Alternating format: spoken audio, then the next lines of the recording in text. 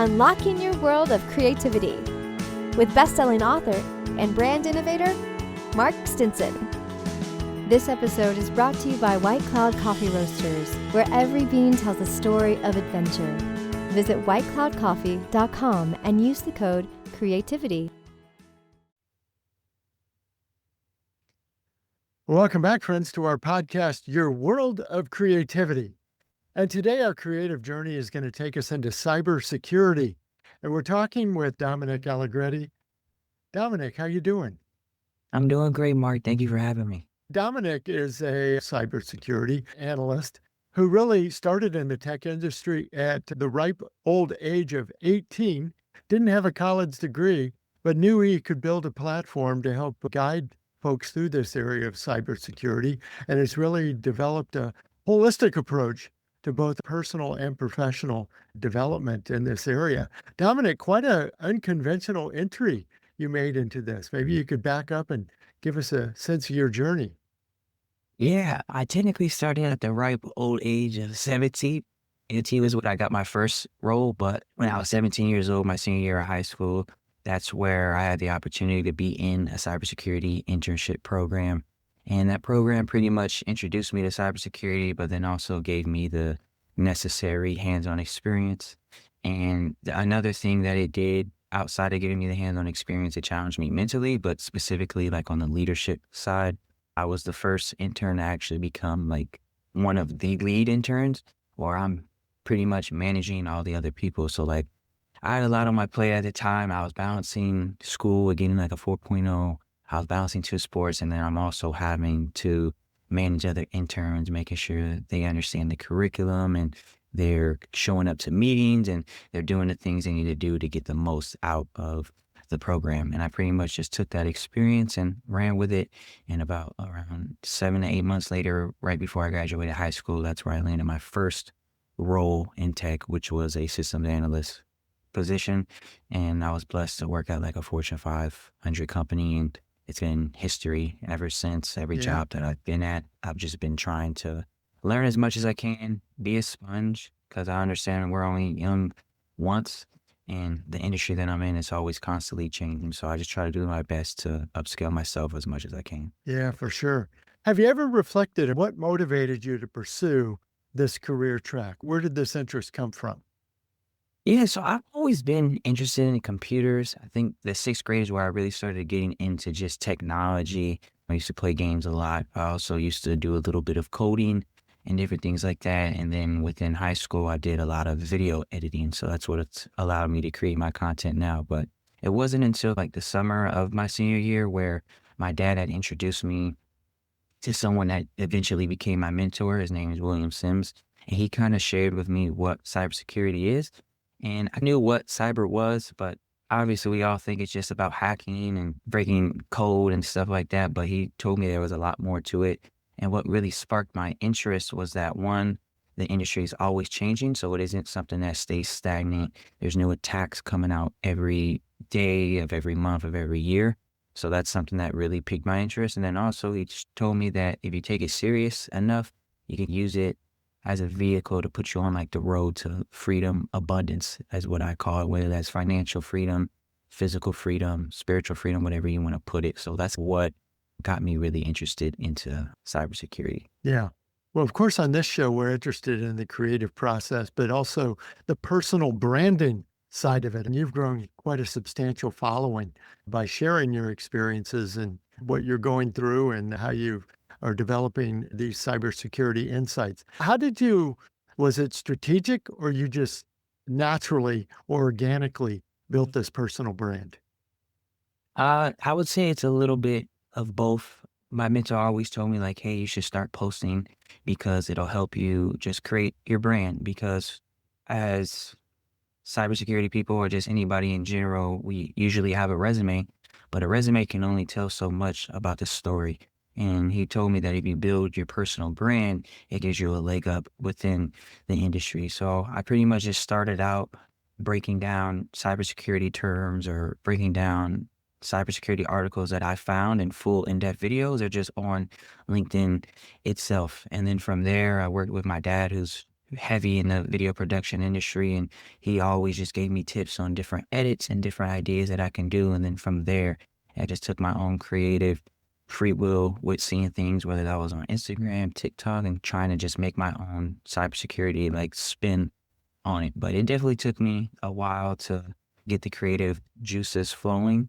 But I'll definitely say it's a mixture of it being organic with me just thinking up things on the fly, and then also strategic with how I brand myself and what I want to put out. And specifically with LinkedIn, sometimes there could be a lot of not necessarily issues, but you know how it is. A lot of people want to be negative, or they want to recycle content, or they just want to bash a certain type of people. And I just wanted to put out positive content and things that I felt were going to be unique to my story and my journey. Yeah. Maybe this is a good time to let people know where to find you on LinkedIn and Instagram and TikTok. Yeah, so my LinkedIn is Dominic Alegrete, Dominic, and then last name is Alegrete. And then for my other platforms with Instagram and TikTok, my nickname per se is Dom the Cyber Genius. So it's DOMTHE Cyber CYBER, and then Genius in all capitals GENIUS. Fantastic. We'll put those links in the show notes too. What impact have you found this has had in your career development? Yeah, or would you say impact as far as As the social media reach? got it? Oh, specifically like for me or for others? No, for you, we'll start with you personally. I feel like it's definitely helped.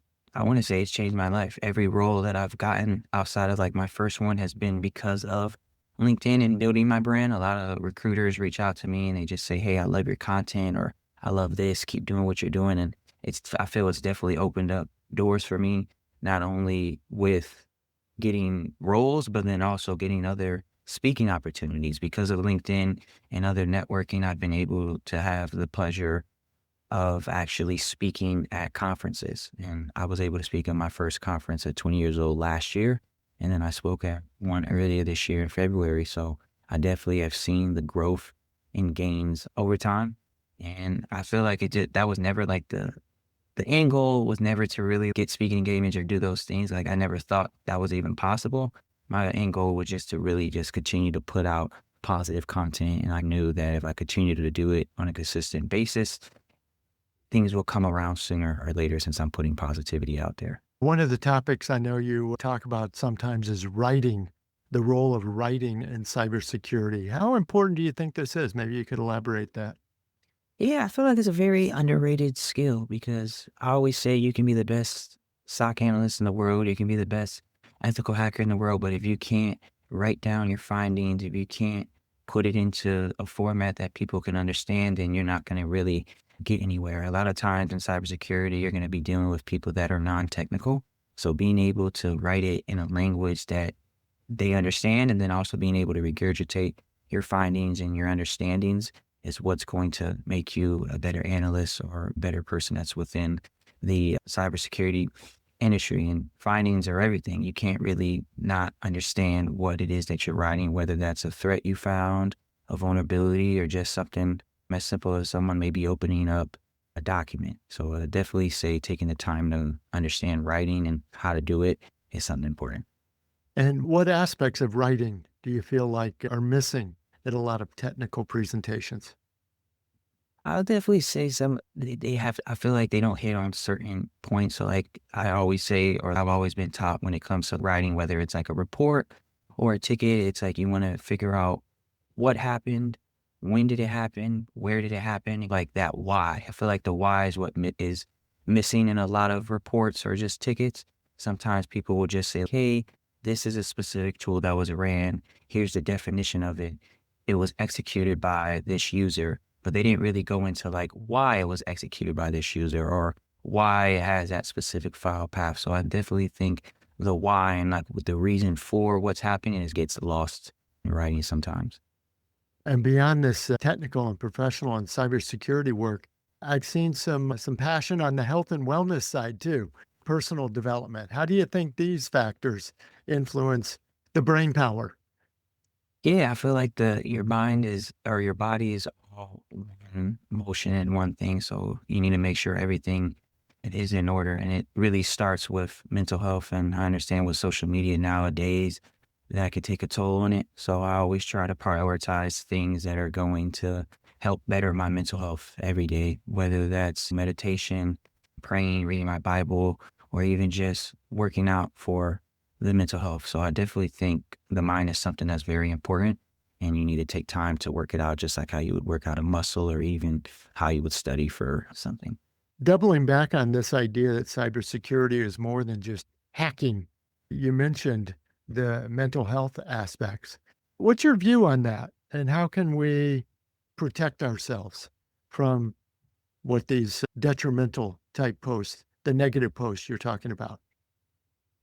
I feel like it just comes down to prioritization. So understanding what content you want to consume, because at the end of the day, it's our choice to interact with it. It's our choice to read these posts. So I think you have to do your own due diligence on what actual content you want to read and consume. And then also, I think just doing things on our end to better our mental health.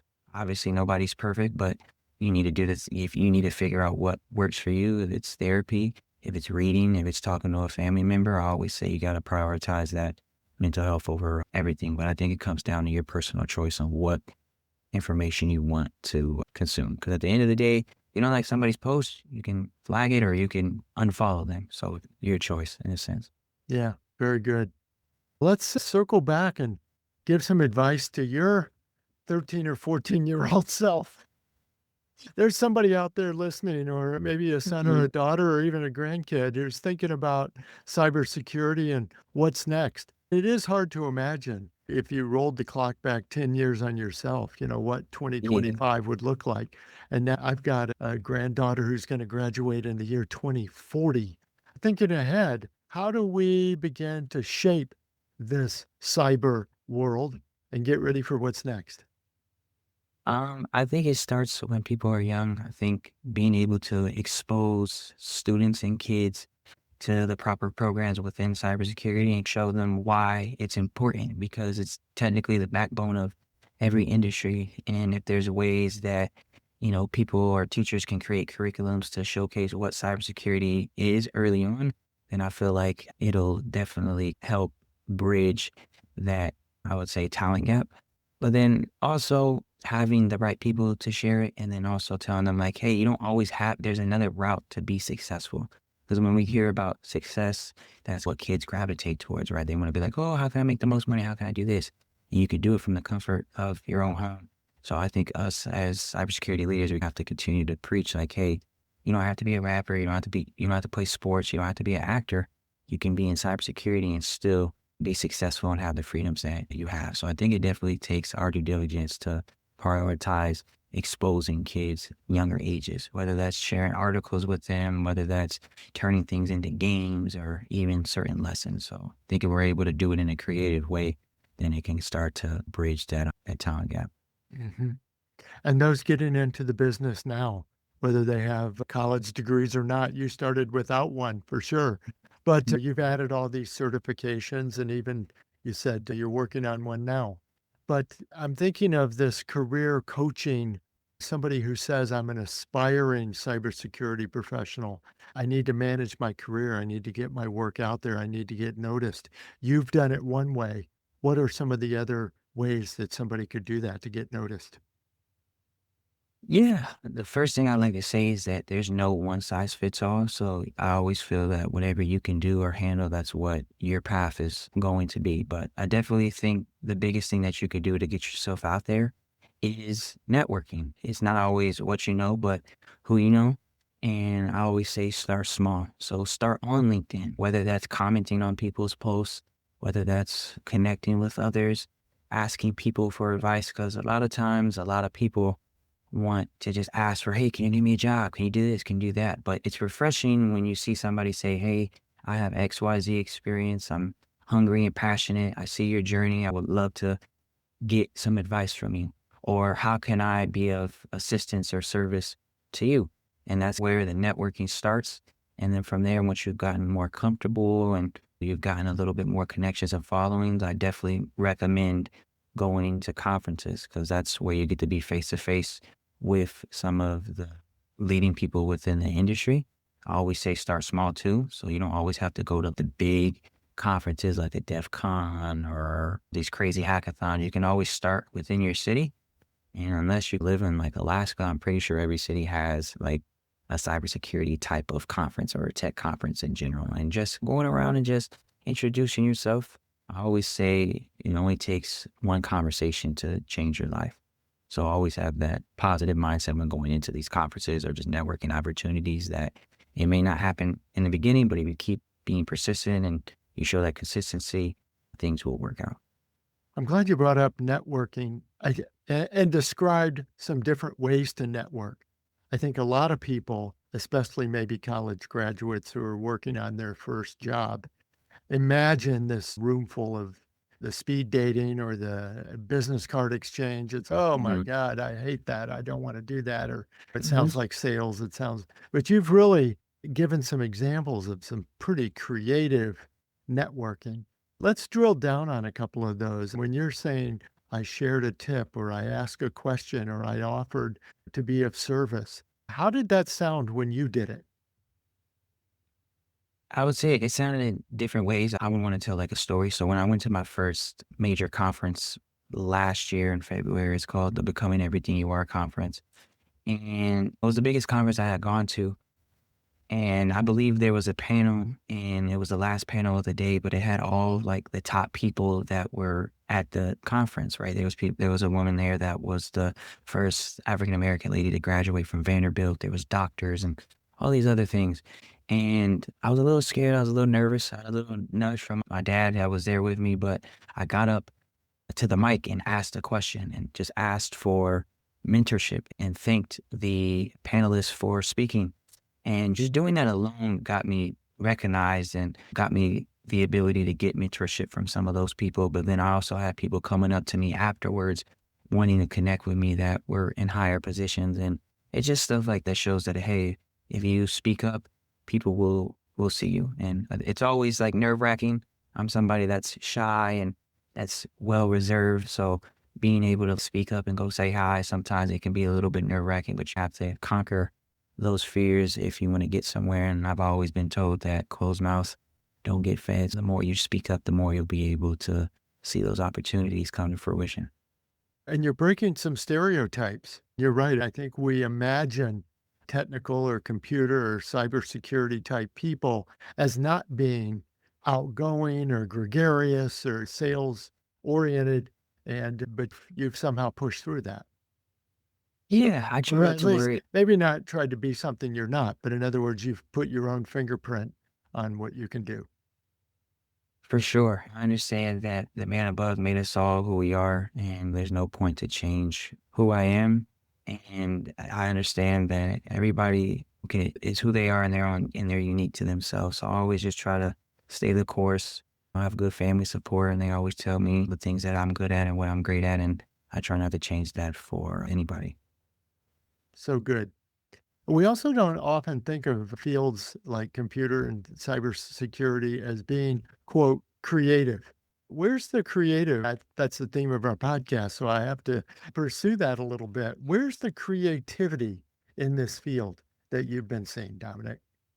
I think the creativity comes in the actual part of being able to find new things, whether that's finding a vulnerability, whether that's stopping something, or even creating new tools. I feel like that's where the creativity comes from because every day there's always going to be a new attack, a new article coming out about this company getting breached. And the creativity comes from being able to find why they got breached, how did it happen, and then also creating the necessary blueprint or response plan to help make sure that it doesn't happen again. So I think a lot of the creativity comes in the findings of the different attacks that are coming out.